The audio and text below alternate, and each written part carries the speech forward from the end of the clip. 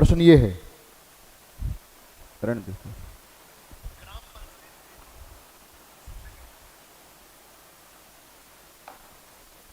जो मेंबर होते हैं भाई ग्राम पंचायत के, टेस्ट सीरीज आज की आरंभ हो चुकी है। पहला प्रश्न दे दिया है, नोट करता हूं यहां पे हल्का सा कुछ पॉइंट नोट करता हूं। प्रश्न ये है कि ग्राम पंचायत जो होती है उसके प्रतिनिधि का कार्यकाल क्या होता है। भाई कार्यकाल बताएं जल्दी, कितने वर्ष का होता कार्यकाल? 5 साल। बिल्कुल ठीक है सचिन, इसका कार्यकाल जो है 5 साल का होता है। नेक्स्ट है भाई चींटी। चींटी के काटने से कौन सा एसिड निकलता है? जब हमें चींटी काटती है, चींटी के काटने से कौन सा एसिड निकलता है? एसिड बताना जल्दी। जब चींटी काटती है तो कौन सा एसिड निकलता है? इसका उत्तर था 5 साल। इसका बताएं जल्दी। चींटी के काटने में बहुत बार आ चुका प्रश्न, फॉर्मिक। इसका आंसर आएगा भाई फॉर्मिक एसिड। Formic acid. जब चींटी काटती है तो चींटी काटने के बाद एक एसिड छोड़ती है, उसको बोलते हैं फॉर्मिक एसिड। और फॉर्मिक एसिड के कारण ही चींटी के काटने पर हमारे शरीर में जलन महसूस होती है। चींटी जब काटती है तो फॉर्मिक एसिड को छोड़ती है, उसी से हमारी बॉडी में पेन होता, जलन होती है। अगला प्रश्न है, कौन सा तारा सूर्य के सबसे नजदीक है? प्रश्न है सूर्य के नजदीक तारा, जो हमारा सन है, इस सन के नजदीक तारा कौन सा है? जल्दी बताएंगे। सूर्य के नजदीक तारा कौन सा आएगा? इसका आंसर यहां लिखता हूं मैं, Proxima. Proxima Centauri. Proxima Centauri भाई, सूर्य के नजदीक तारा है प्रोक्सिमा सेंटोरी। अगर प्रश्न ये आ जाए कि पृथ्वी के नजदीक तारा कौन सा है, देखो यहां से 2 प्रकार के प्रश्न बनते हैं। अगर ये आ जाए कि पृथ्वी के नजदीक कौन सा है, फिर तो आएगा सूर्य, और सूर्य के नजदीक तारा कौन सा है, तब आएगा प्रोक्सिमा सेंटोरी। नेक्स्ट अगले प्रश्न की तरफ आते हैं। ईस्ट इंडिया कंपनी को, जो अंग्रेजों के द्वारा बनाई गई थी, ईस्ट इंडिया कंपनी को पूर्वी देशों के साथ व्यापार का अधिकार कब दिया गया? ईस्ट इंडिया कंपनी को व्यापार का अधिकार कब दिया गया? ट्रेड राइट्स कब मिले? ट्रेड का अधिकार भाई कब दिया गया? व्यापार का अधिकार, जल्दी बताना इसका आंसर। मुकेश शोरान थोड़ा लेट हो गया भाई, 9 बजे का टाइम है। ठीक है, नमस्कार। प्रश्न है कि ईस्ट इंडिया कंपनी को व्यापार के अधिकार कब मिले? इसका आंसर आएगा सन 1600 में। सन 1600 में ब्रिटिश ईस्ट इंडिया कंपनी को पूर्वी एशियाई देशों के साथ व्यापार के अधिकार मिले थे। ममता ठीक है, good morning. East India company को सन 1600 में पूर्वी देशों के साथ या पूर्वी एशियाई देशों के साथ व्यापार के अधिकार मिले थे। ठीक है, और उसे 15 वर्षों का व्यापार का अधिकार मिला था भाई, इसको भी ध्यान रखना है। अगर ये पूछ ले कितने समय के लिए व्यापार का अधिकार दिया गया, तो 15 वर्षों के लिए। मैं टेस्ट सीरीज करवा रहा हूं आज की, नंबर 2 है ये, एक कल हो चुकी।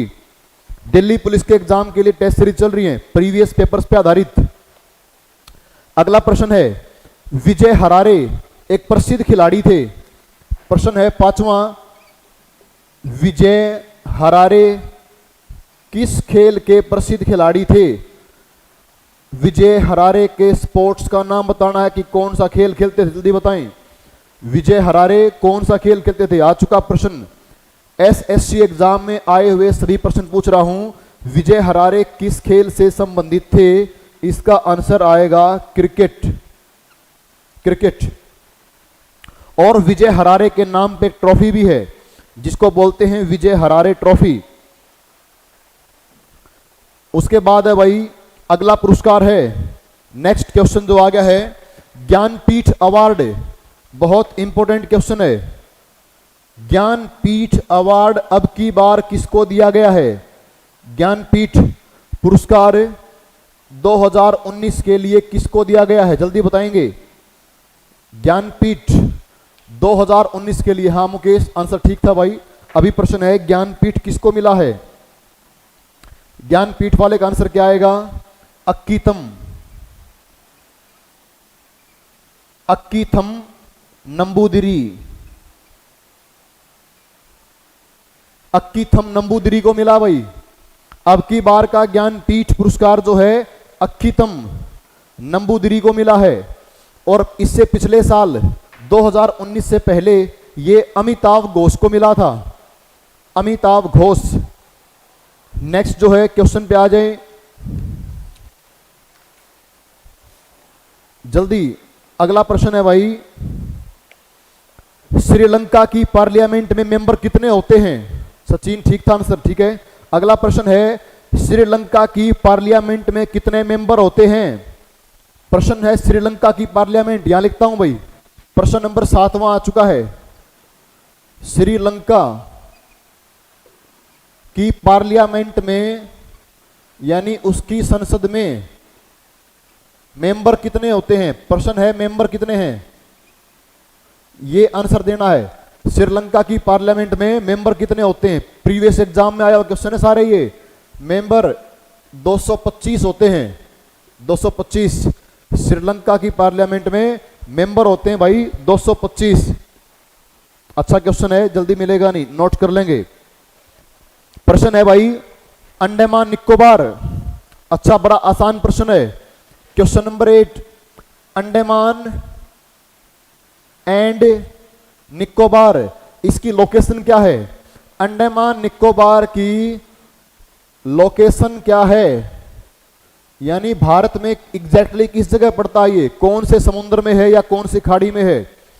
अंडमान एंड निकोबार जो है ये कहां पे है? बंगाल की खाड़ी में है। ये भी आया हुआ प्रश्न, बंगाल की खाड़ी, बे ऑफ बंगाल। नेक्स्ट भाई, यानी अगले प्रश्न की तरफ आए। प्रश्न है, भारत के कौन से राज्य में गिद्धा नृत्य करते हैं? प्रश्न नंबर 9, भारत के कौन से राज्य में गिद्धा नृत्य करते हैं, ये बताना है। गिद्धा कहां का डांस है, कहां की डांस फॉर्म? हाँ बंगाली खाड़ी ठीक था ममता, लेकिन प्रश्न अभी क्या है, गिद्धा नृत्य कहां करते हैं? ठीक है, आता है बच्चों को ये प्रश्न, गिद्धा कहां करते हैं? पंजाब में करते हैं। गिद्धा और भांगड़ा ये पंजाब के नृत्य हैं, बिल्कुल सही सचिन। गिद्धा और भांगड़ा जो हैं पंजाब के नृत्य हैं। उसके बाद है भाई अगला प्रश्न, बहुत बढ़िया क्वेश्चन है। उम्मीद थी कि ये प्रश्न एग्जाम में आते रहते हैं इस तरह का। प्रश्न को नोट कर लेंगे, काफी इंपोर्टेंट है। 2019 का एब्बल पुरस्कार किसको मिला था? मोस्ट इंपोर्टेंट, एयरफोर्स की एग्जाम की तैयारी करने वाले बच्चों को मैंने बताया था कि भाई प्रश्न पेपर में पक्का आएगा, और ये आ चुका है। एब्बल प्राइज 2019 में किसको दिया गया? जल्दी बताएं, एब्बल प्राइज 2019 में किसे दिया गया? नोट कर लेंगे। एक बात तो यह कि एब्बल प्राइज मिलता है गणित में, गणित के क्षेत्र में मिलता है एब्बल प्राइज। इसे गणित का नोबेल भी कहते हैं, बड़ा इंपॉर्टेंट है ये। इसको हम क्या बोलते हैं? गणित यानी मैथ का नोबेल, मैथमेटिक्स में। इसका आंसर आएगा कारेन, बहुत इंपॉर्टेंट क्वेश्चन है ये, कारेन उलेनबक, ये आंसर आएगा कारेन उलेनबक। यहीं से एक अच्छा क्वेश्चन और नोट कर लेंगे। इस पुरस्कार को जीतने वाली ये पहली महिला है, बहुत इंपॉर्टेंट क्वेश्चन है ये। एब्बल प्राइज को जीतने वाली विश्व की पहली महिला है कारेन उलेनबक, और ये मैथ का नोबेल कहलाता पुरस्कार। नेक्स्ट है भाई, अगले प्रश्न की ओर आए। एस्कॉर्बिक एसिड का लोकप्रिय नाम क्या होता है? प्रश्न नंबर है 11वां। एस्कॉर्बिक एसिड का अन्य नाम क्या होता है? इसको हम सामान्य तौर पे क्या बोलते हैं? जल्दी बताएंगे, एस्कॉर्बिक एसिड को हम सामान्य तौर पे क्या बोलते हैं? इसका आंसर क्या आएगा? विटामिन सी, विटामिन सी बोलते हैं इसको, विटामिन सी, एस्कॉर्बिक एसिड। जल्दी नोट कर लें। नेक्स्ट है भाई, बहुत बढ़िया क्वेश्चन है। ओरियन, ओरियन तारामंडल का सबसे चमकीला तारा कौन सा है? बहुत रेयर प्रश्न है, इस प्रकार के सामान्यतः नहीं पूछते। ओरियन तारामंडल का सबसे चमकीला तारा कौन सा है? ओरियन तारामंडल का सबसे चमकीला तारा कौन सा है? नोट कर लेंगे। ओरियन तारामंडल का सबसे चमकीला तारा है रिगल। रिगल, रिगल एक बहुत बड़ा तारा है, ये सूर्य से काफी गुना बड़ा तारा है रिगल। जल्दी नोट कर लें इसको भी। ओरियन तारामंडल का सबसे चमकीला तारा है रिगल।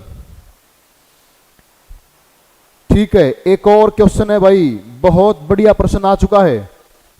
बताया था बच्चों को कि ये प्रश्न आएंगे, अब मैं इसको साफ कर रहा हूं। जिन बच्चों ने एयरफोर्स की तैयारी की थी, मैंने बताया था उनको किस तरह का प्रश्न पक्का आएगा। ये मैं साफ कर रहा हूं, स्क्रीनशॉट चाहे तो ले लें।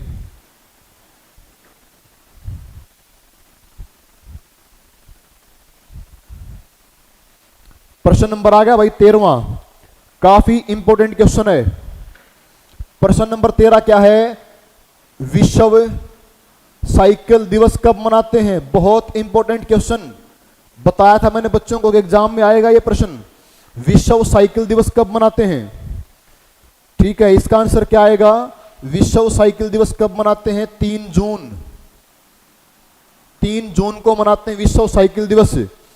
इसी प्रकार का एक और प्रश्न है, नोट करेंगे। रिसाइकलिंग डे, रिसाइकलिंग डे कब मनाया गया? आया हुआ क्वेश्चन, रिसाइकलिंग डे 2019 में रिसाइकलिंग डे ये कब मनाया गया?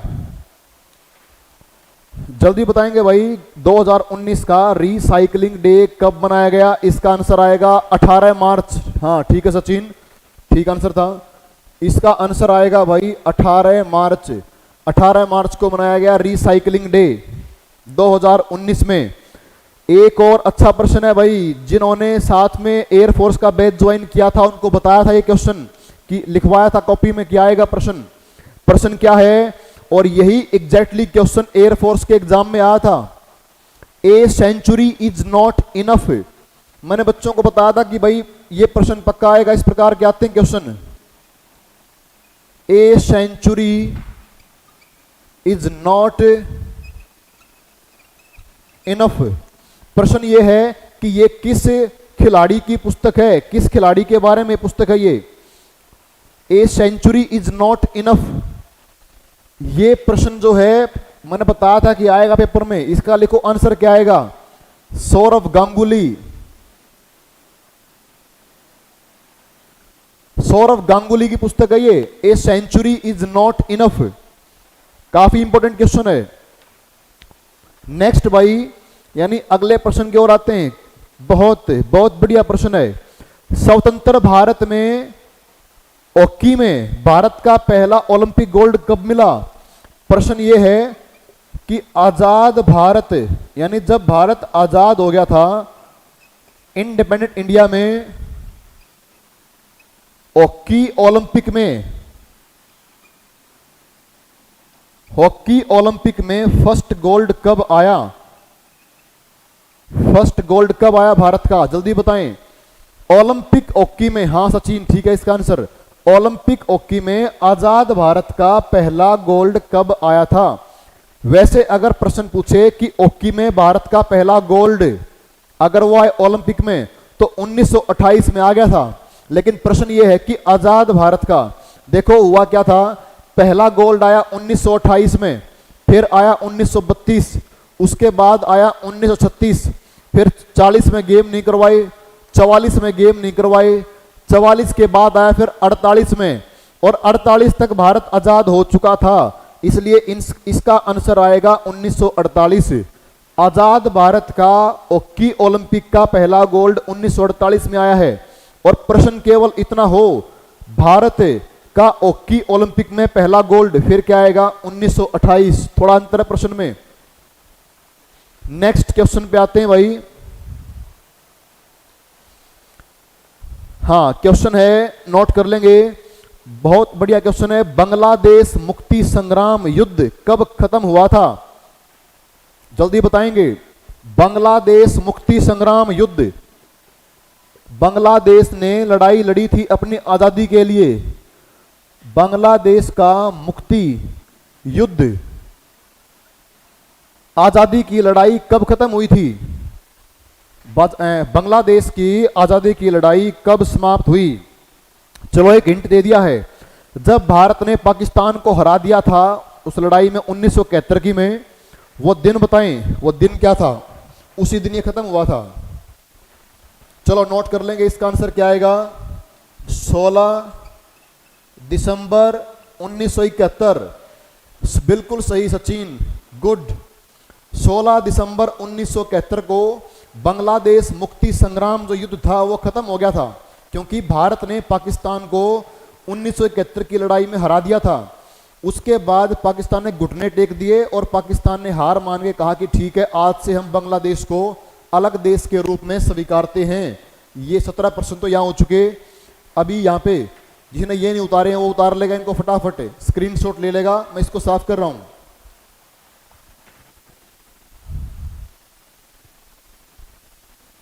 नेक्स्ट क्वेश्चन है भाई, सारे क्वेश्चन वही करवा रहा हूं जो एग्जाम में आ चुके हैं पहले या फिर आने की संभावना रहती है।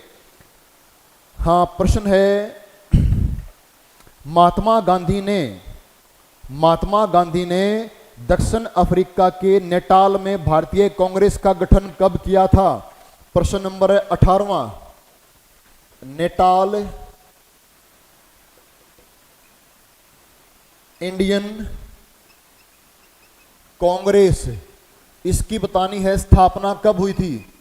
ये तो प्रश्न में आ ही चुका कि स्थापना महात्मा गांधी ने की थी। इसकी स्थापना महात्मा गांधी ने की थी। हाँ ठीक है मनोज, गुड मॉर्निंग। प्रश्न ये है कि नेटाल भारतीय कांग्रेस का गठन गांधी ने किया, लेकिन कब किया? जल्दी बताएंगे। इसका आंसर जो है ये रहेगा 1894, 1894 में दक्षिण अफ्रीका में भेदभाव की लड़ाई के खिलाफ इस कांग्रेस की स्थापना हुई थी। अगर प्रश्न सिर्फ ये आ जाए भारतीय राष्ट्रीय कांग्रेस की स्थापना कब हुई थी, ये नहीं पूछे, ये पूछे भारतीय राष्ट्रीय कांग्रेस से, उस कंडीशन में हमारा आंसर क्या रहेगा? 1885। इसमें इंडियन नेशनल कांग्रेस की स्थापना हुई थी और नेटाल कांग्रेस की हुई है 1894। नेक्स्ट भाई, कमाल का प्रश्न है, बहुत बार आता है एग्जाम में, बच्चों को पता होगा, जल्दी दे देंगे answer. Silent valley national park कहां है? साइलेंट वैली नेशनल पार्क यानी राष्ट्रीय उद्यान बताना है, कहां है? जल्दी बताएंगे। साइलेंट वैली राष्ट्रीय उद्यान कहां है? ठीक है, इसका आंसर नोट कर लेंगे। इसका आंसर आएगा केरल। साइलेंट वैली राष्ट्रीय उद्यान केरला में है।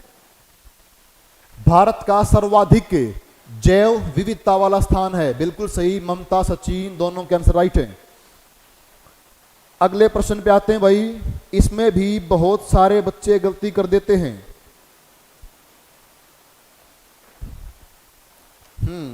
नोट कर लेंगे। पाकिस्तान के पहले राष्ट्रपति कौन थे? पाकिस्तान के पहले राष्ट्रपति कौन थे? जब उनमें चुनाव करवाए गए थे उस समय उनके राष्ट्रपति कौन थे? बच्चे इसमें आंसर गलत करते हैं भाई, जल्दी बताएंगे। पाकिस्तान के पहले राष्ट्रपति, चलो प्रश्न को लिख देता हूं मैं। पाकिस्तान के फर्स्ट प्रेसिडेंट, पहले राष्ट्रपति कौन है पाकिस्तान के? इसमें बच्चे गलती करते हैं, उनको लगता है कि मोहम्मद अली जिन्ना, लेकिन वो गलत होता है। इसका आंसर क्या आएगा? सिकंदर मिर्जा। सिकंदर मिर्जा ये थे भाई। देखा, वही गलती कर दी। अंकुश देसवाल ने वही गलती कर दी। मैंने कहा था मोहम्मद अली जिन्ना टिक करते हैं बच्चे, इस पे गलत होता है ये। नेक्स्ट आ जाएंगे, प्रश्न है दुनिया की सबसे बड़ी संसद कौन सी है? बहुत बढ़िया क्वेश्चन, ये भी आ चुका, कई बार आता प्रश्न ये। दुनिया की सबसे बड़ी पार्लियामेंट, लार्जेस्ट या बिगेस्ट पार्लियामेंट, जल्दी बताएं भाई। दुनिया की सबसे बड़ी संसद किस देश में है? किस देश की पार्लियामेंट सबसे बड़ी है? जल्दी बताएंगे, हम बताएं फटाफट, सबसे बड़ी पार्लियामेंट किस देश की है? ठीक है, इसका आंसर नोट कर लेंगे। इस पार्लियामेंट का नाम है चाइना की पार्लियामेंट। चीन की तो संसद है वो विश्व की सबसे बड़ी संसद है, और इस पार्लियामेंट को हम क्या बोलते हैं? चाइना की पार्लियामेंट को हम क्या बोलेंगे? National People's Congress. नहीं अंकुश, ममता, दोनों के आंसर गलत हैं भाई। देखो इसमें चाइना की पार्लियामेंट है, इसको बोलते हैं नेशनल पीपुल्स कांग्रेस। नेक्स्ट जो है क्वेश्चन पे आ जाएं। अगला प्रश्न है, यह भी काफी इंपॉर्टेंट है, कई बार एग्जाम में आता है। मैं इधर से इनको साफ कर रहा हूं। प्रश्न है कि एक लाइट ईयर में या एक लाइट ईयर की वैल्यू क्या होती है? जल्दी बताएं कि एक लाइट ईयर, एक प्रकाश वर्ष किसके बराबर होता है? एक प्रकाश वर्ष किसके बराबर होता है? बताएंगे जल्दी। ये बराबर होता है भाई, नोट कर लेंगे, 9.46 यानी 9.46 गुना 10 की पावर 15 मीटर। ये होती है एक लाइट ईयर की वैल्यू। एक प्रकाश वर्ष की वैल्यू होती है 9.46 गुना 10 की पावर 15 मीटर। अगर हमने इसको किलोमीटर में चेंज करना हो, अभी तो मीटर में ये, अगर इसको हमने किलोमीटर में चेंज करना पड़ जाए तो यहां से 3 हटा देंगे तो 9.46 गुना 10 की पावर 12, 10 की पावर 12 कर देंगे, किलोमीटर में आ जाएगा। चलो नेक्स्ट है भाई, अगले प्रश्न की ओर आते हैं। प्रश्न है, दिल्ली का लाल किला और जामा मस्जिद, लाल किला और जामा मस्जिद किसके समय बनवाए गए थे? लाल किला व जामा मस्जिद कौन से बादशाह के समय बनवाए गए थे? ये बताना है, उस समय भारत में बादशाह कौन था? लाल किला व जामा मस्जिद जब बनवाए गए, किसके समय की इमारतें हैं? इसका राइट आंसर क्या आएगा? शाहजहां, शाहजहां के समय बनवाए गए थे। बिल्कुल सही है सचिन। नेक्स्ट क्वेश्चन है भाई, प्रश्न है कि कौन सी नदी अधिकतम देशों से होकर गुजरती है? कौन सी नदी सबसे ज्यादा देशों से होकर गुजरती है? सर्वाधिक देशों से गुजरने वाली नदी,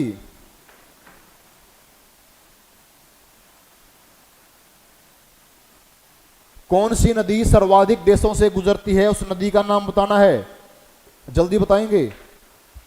वो रिवर कौन सी है विश्व की? इसका आंसर क्या आएगा? नोट कर लेंगे, इसका आंसर आएगा डेन्यूब। जो डेन्यूब नदी है, डेन्यूब नदी ये यूरोप की नदी है। ये विश्व में सर्वाधिक 10 देशों से होकर गुजरती है, 10 देशों से। डेन्यूब रिवर विश्व के अधिकतम 10 देशों से होकर गुजरती है। नेक्स्ट प्रश्न है, नोट कर लेंगे।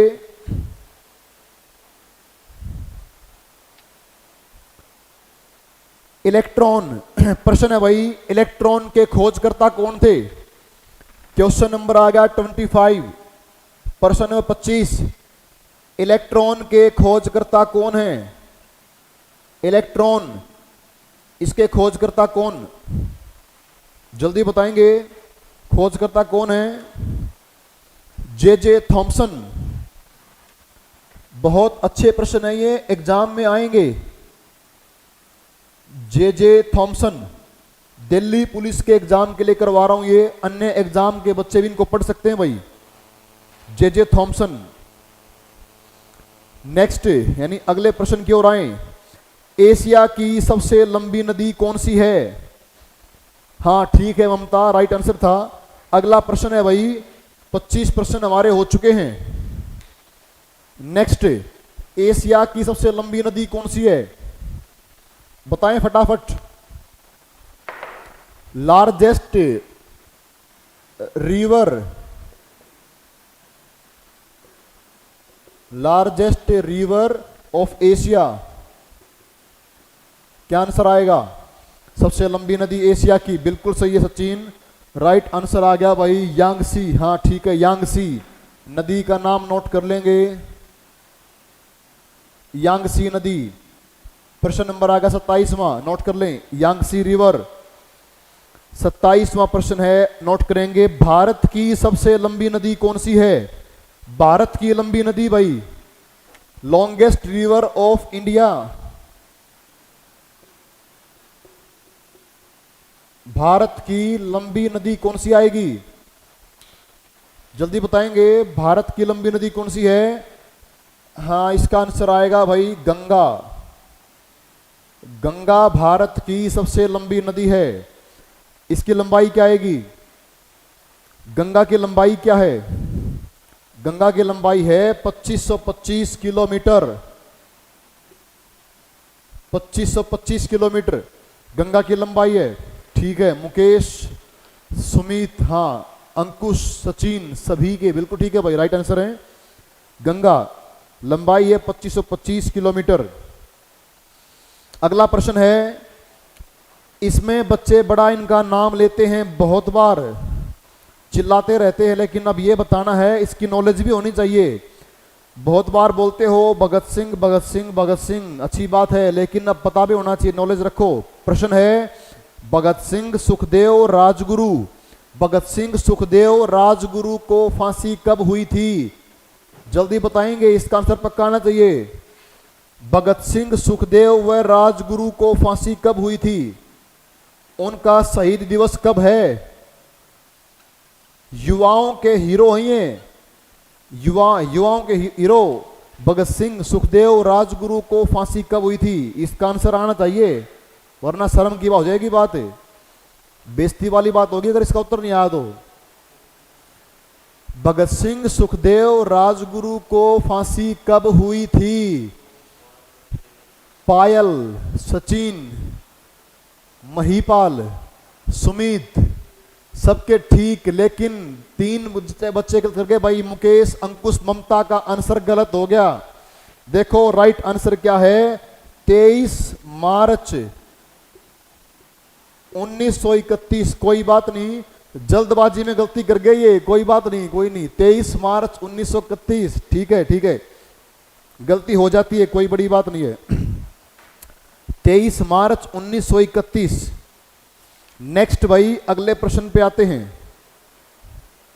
प्रश्न है, अकबर के बाद, यानी जो बादशाह अकबर थे, अकबर के बाद गद्दी संभालने वाले उनके पुत्र सलीम को मौका मिला था। हाँ ममता, मैंने यही कहा था, गलती होगी थी, ठीक है। अकबर के बाद सलीम को गद्दी मिली थी। अब प्रश्न यह है कि सलीम का नाम बाद में क्या दिया गया? 29वां प्रश्न है, अकबर के बाद सलीम को गद्दी मिली थी, सलीम का नाम क्या दिया गया था?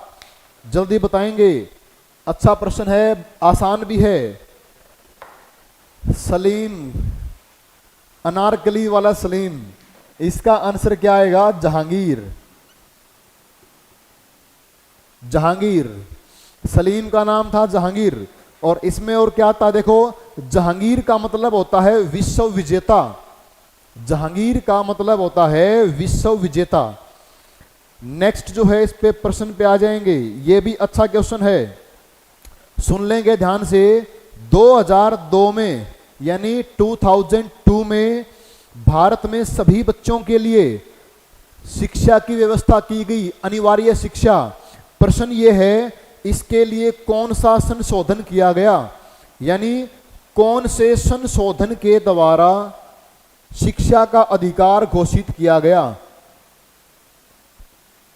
कौन से संशोधन के द्वारा शिक्षा का अधिकार घोषित किया गया, जल्दी बताएंगे। वर्ष दे दिया है 2002, उसमें हुआ था। क्या आंसर आएगा इसका? नोट कर लेंगे। इसका आंसर आएगा 86वां संशोधन। भारतीय संविधान का 86वां संशोधन 2002 में हुआ था और इसमें शिक्षा का अधिकार घोषित किया गया था। अंकुश का राइट आंसर आया है। चलो उसके बाद अगला प्रश्न है भाई, अगला प्रश्न है कि बंगाल का विभाजन कौन से गवर्नर या वायसराय ने किया था? इसका तो पता होता बच्चों को। बंगाल का विभाजन जो 1905 में हुआ था, कौन से गवर्नर या वायसराय के समय हुआ था? 31वां प्रश्न, इंपॉर्टेंट क्वेश्चन को डाल दिया है। बंगाल का विभाजन जब हुआ था उस समय गवर्नर कौन था? गवर्नर गवर्नर नोट कर लेंगे। इसमें गवर्नर का नाम रहेगा कर्जन। ये हमारे वायसराय थे, बल्कि कर्जन वायसराय थे। ठीक है भाई, कर्जन के समय बंगाल का बंटवारा हुआ था 1905 में। अगले प्रश्न की ओर आते हैं। 1975 से 1977 के बीच, 1975 से 1977 के बीच भारत में आपातकाल लगा था, इमरजेंसी। प्रश्न ये है कि इस आपातकाल में भारत के पीएम कौन थे? आपातकाल के दौरान भारत के प्रधानमंत्री कौन थे? प्रधानमंत्री कौन आएंगे? इंदिरा गांधी। इंदिरा थी भाई भारत की प्रधानमंत्री। इंदिरा यानी प्रियदर्शनी, इंदिरा थी। मोहित काफी लेट आया है भाई, मोहित। नेक्स्ट, अगले प्रश्न पे आ जाएं। बहुत अच्छा और बड़ा आसान प्रश्न है, कई बार एग्जाम में आता है। दिल्ली के सिंहासन पर बैठने वाली पहली और अंतिम महिला शासिका कौन थी? दिल्ली की गद्दी पे बैठने वाली पहली और अंतिम महिला शासिका, पहली व अंतिम शासिका जो दिल्ली की गद्दी पे बैठी, बताएं जल्दी। दिल्ली की गद्दी संभालने वाली पहली और अंतिम मुस्लिम महिला कौन थी? क्या आंसर आएगा इसका? मुस्लिम महिला। इसका आंसर आएगा, ठीक है, रजिया सुल्ताना। रजिया सुल्ताना ये थी भाई, रजिया सुल्ताना, दिल्ली की गद्दी पर बैठने वाली पहली और अंतिम महिला मुस्लिम शासिका। नेक्स्ट प्रश्न पे आ जाएं। उसके बाद फिर हमने ये क्लास ओवर करनी पड़ेगी, समय होने वाला है। प्रश्न नोट कर लेंगे। खजुराहो के मंदिर कौन से राज्य में है? खजुराहो, जल्दी बताएं।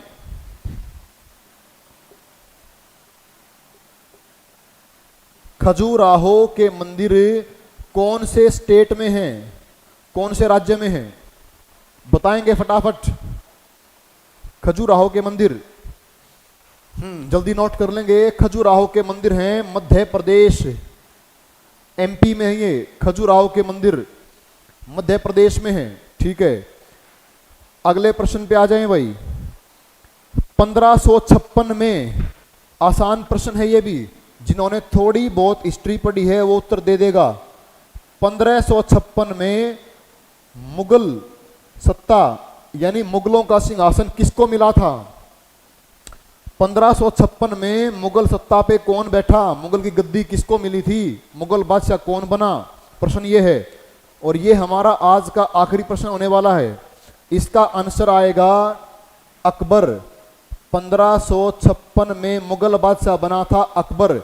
इस प्रश्न को अभी उतार लेंगे और आज की क्लास में इतना ही हो पाएगा। ठीक है भाई, नमस्कार, धन्यवाद।